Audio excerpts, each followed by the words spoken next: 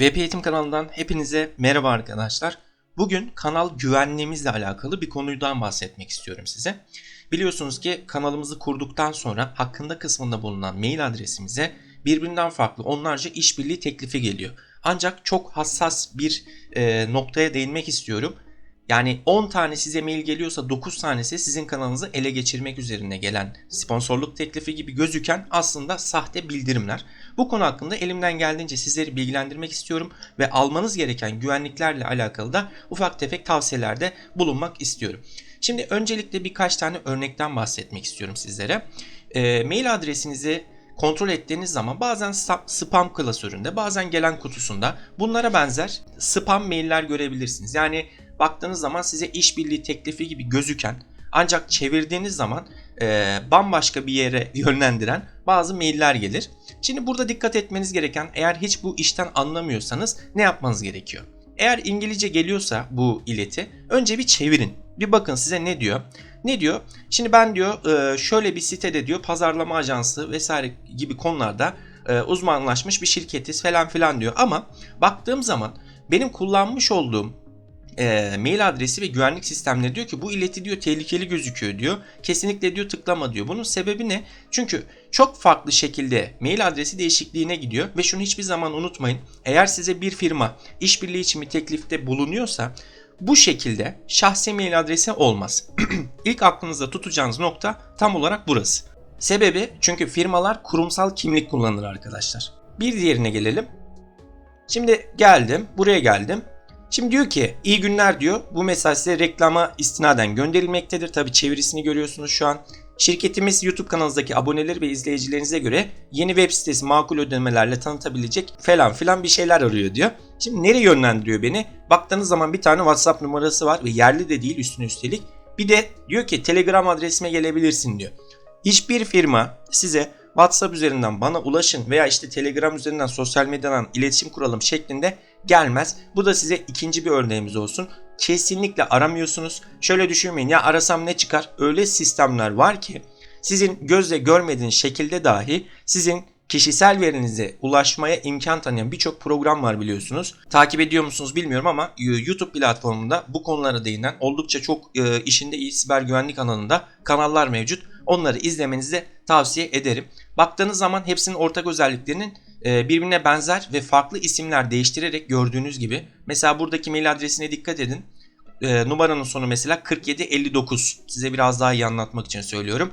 Buraya geliyorum. Mail adresi değişti. Numaranın sonu 4759. Yani farklı isimlerle size benzer promosyon teklifleri adı altında ne yapıyorlar? Oltalama tekniğiyle sizlere mail atıyorlar. Ola ki siz eğer iletişim kurarsanız sizden kişisel bilgilerinizi isteyecekler.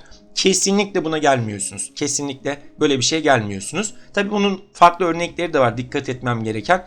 Şimdi bazıları da böyle çok ısrarcı oluyor. Farklı bir örnekle karşı karşıyasınız. Tabii ki kesinlikle dönüş yapılmadı. Diyor ki ben diyor şöyle bir platformda diyor işte ürün tanıtım vesaire işbirliği için size ulaşıyorum diyor. Tamam diyorsun. Sonra tekrar atıyor. Birkaç tane örnek veriyor. Bu örnekleri araştırdığımız zaman aslında böyle bir örnek olmadığını da bulabiliyorsunuz. Burada dikkat çeken nokta ne? Tabii ki şuradaki uzantıya dikkat edin. Böyle bir uzantı olmaz. Yine tekrar edeceğim.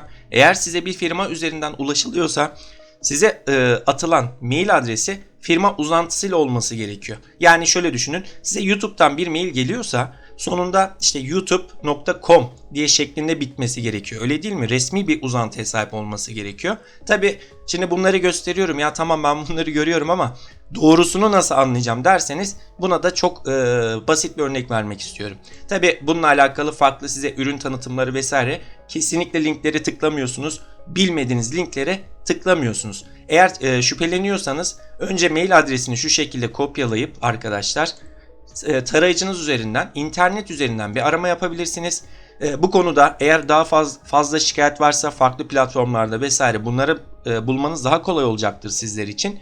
Dediğim gibi kesinlikle linke vesaire tıklamıyorsunuz bilmediğiniz olaylara. Bunu üstüne basa basa söylüyorum. Peki orijinalini nasıl anlayacağım? Şimdi karşınızda görmüş olduğunuz mail orijinal sponsorluk mailidir. Tabii ki sponsorluklar kanal kategorinize göre değişmekle birlikte kendileri tarafından da size gelebilir veya sizler de belirgin sitelere gidip kendi alanınızda işbirliği sayfalarını ziyaret edebilirsiniz. Buna örneğini de şimdi vereceğim.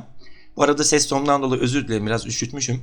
Şimdi gördünüz mü uzantının sonunu? Diyor ki ben diyor işbirliği için diyor web eğitim kanalına diyor ulaştım. Nereden? Movavi olarak diyor ulaştım diyor. Hemen bakıyorum, kontrol ediyorum. Mail adresinin uzantısına movavi.com olarak bitiyor. Bir program dahilinde beni bilgilendiriyor ve sonra diyor ki bana kesinlikle diyor bu diyor bizim resmi alan adımızdan oluşmaktadır. Eğer diyor bir sorun olursa burayı diyor ziyaret edebilirsiniz veya bir aksilikte buraya bildirebilirsiniz diyor. Bakın yine güvenmiyorum. Ne yapacağım? Hemen çok basit şekilde tarayıcıma geleceğim. Bu bana nereden gelmişti? Hemen bir araştırma yapacağım şirketle alakalı. Diyelim ki Movavi'den. Movavi'den geldi. Hemen şöyle bir tıkladım. Orijinal sitesine bir girdim. Bekliyorum biraz. Movavi.com TR uzantısını çeviriden alıyor. Burada kilit simgemi görüyorum. Basit şekilde anlatıyorum. Evet, bir problem var mı? Yok. Atılan domainle uyuşuyor mu? Uyuşuyor. Hala güvenmiyorum. Bakıyorum, bana orada bir mail adresi iletti, öyle değil mi? Dedi ki bana eğer bir sorun olursa collab@movavi.com'dan vesaire buralardan ulaşabilirsin. Şimdi elimden geldiğince bunu bulmaya çalışacağım.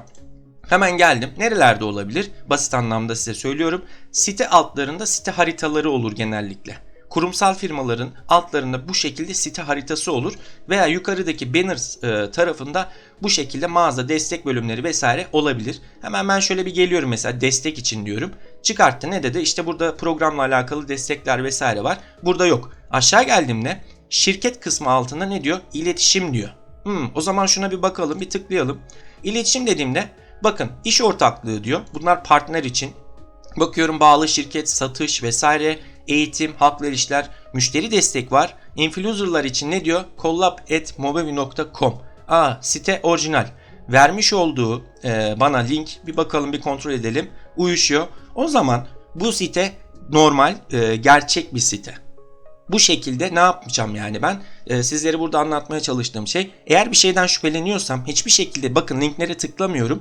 Hemen firma ile alakalı internet üzerinden araştırma yapıyorum. Ne kadar orijinal ve büyük olduklarına bakıyorum. Bunu bu şekilde site uzantılarıyla da yapabilirsiniz. Veya baktığınız zaman burada size yollanan e-posta üzerinden de kontrollerinizi sağlayabildiğiniz kadar sağlayın.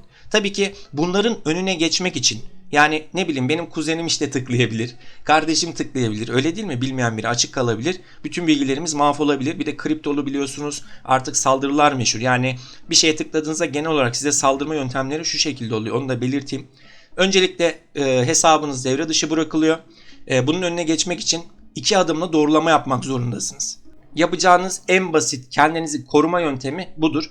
Bunu nasıl yapıyordum ben? Hemen şu şekilde geliyorum. Sağ taraftan logoma tıklıyorum. Google hesabınızı yönetin. Buraya tıklıyorsunuz. Tıkladığınızda bu şekilde bir sayfa açılacak size. Daha sonra şuradan güvenlik sekmesine tıklıyorsunuz. Bununla alakalı bir videomuz daha vardı. Yine hatırlatmak isterim. Güvenliğe tıkladıktan sonra Google'da oturum açmada, burada oturum açmak için telefonunuzu kullanın, 2 adımlı doğrulama diye 2 tane seçenek göreceksiniz. Bu seçenekleri aktif olarak kullanmanızı rica ediyoruz sizden. Sebebi olası bir giriş ya da şifrenizin ele geçirilme durumunda siz cep telefonunuzdan onay vermediğiniz müddetçe giriş yapılmasın diye. Tabii sadece bu kadar mı? Hayır. Kesinlikle cihazınızda kurulu olan bir antivirüs sisteminiz olsun. Bu antivirüs sistemi ne kadar iyi olursa o kadar size geniş bir koruma yelpazesi sağlayacaktır. Neyden bahsediyorum? Şimdi diyelim ki size bir mail geldi arkadaşlar. Bu mailde dedi ki mesela işte bir tane dosya var, bunu indir. Siz de diyelim ki dalgınlığa geldiniz ve indirdiniz. Antivirüs programı sizi bu aşamada koruyacaktır. Unutmayın, çünkü indirdiğiniz zaman bilgisayarınızı ya da cihazınızı artık neyse ele geçirmesin diye hemen antivirüs bunları devre dışı bırakma yeteneğine sahip olması gerekiyor. O yüzden elinizden geldiğince iyi bir antivirüs programı kullanmanızı şiddetle tavsiye ediyoruz. Bunun yanında bir önerimiz daha olacak sizlere. Genellikle bazı arkadaşlarımız kanallarını yönetmiş oldukları, yani giriş yaptıkları hesabı ne yapıyor? Hakkında kısmındaki mail adresini getiriyor. Bunu yapmıyorsunuz. Kanalı yönettiğiniz mail adresinin dışında bir tane buraya hakkında kısmına iletişim maili koyuyorsunuz. Bunu unutmuyorsunuz. Çift doğrulamadan bahsettik. Linklere tıklamıyorsunuz ve en önemlisi sponsor üzerinden gelen mailleri sıkılmadan, üşenmeden böyle biraz zaman ayırarak ne yapıyoruz? Araştırıyoruz. Güven duyduğumuz takdirde iletişime geçiyoruz ve iletişime geçtiğimizde kesinlikle şahsi bilgi vermiyorsunuz. Yani firmaların zaten ortak özellikleri, sizi böyle WhatsApp'a vesaire yönlendirmezler. Mail üzerinden sizinle alışveriş yaparlar. kullanıcı verilerinizi vesaire kesinlikle istemezler. Yani bize şifrenizi verin, biz işte şunu yapacağız, bunu yapacağız demezler. Unutmayın, bedava ekmek nerede olurdu? Fare kapanında olurdu. Bunu unutmuyorsunuz arkadaşlar. Evet, elimden geldiğince sizlere hızlı bir şekilde karşınıza çıkabilecek tehlikeli sponsorluklarla alakalı bilgiler verdim ve normal sponsorluk maillerinden de görsellerle bunları nelere dikkat etmeniz gerektiğiyle alakalı bilgilendirdim. Unutmayın, bunlara tıklamıyorsunuz. Kanalınız elden gitmiyor. Bunun acısını çeken çok fazla kanal var. Şu şekilde tekrar isterseniz bilgilerimizi tekrar edelim. Bu önemli. YouTube'un bir e-posta ile kesinlikle sizden parola sormayacağını aklınızdan çıkartmayın. Bu YouTube çalışanı da adı altında da gelebilir. Dediğim gibi sponsorlukta da gelebilir. Bu bir. Bunu söyledik. E-posta yanıt verirken özellikle kimin gönderdiğinden emin değilseniz ayrıntılı şekilde inceleyin. Bunu yine hatırlatmak babında. Hemen şuradaki size yollanan bakıyorsunuz. E-postayı kontrol ediyorsunuz. Nasıl kontrol edeceksiniz? Dediğim gibi üzerinden hemen kopyalıyorum. İnternet üzerinden araştırma yapıyorum. Zaten illaki eğer çok büyük çapta duyulmuşlarsa ne olacak? Bununla alakalı yerli yabancı bilgilendirmeler mevcuttur. Bir kelime bizim hayatımızı kurtarabilir. Hemen geliyorum. 2 faktörlü kimlik doğrulama kesinlikle kullanılması gerekiyor. Tüm arkadaşlık taleplerini ve doğrudan mesajları inceleyin. Yani bu şöyle.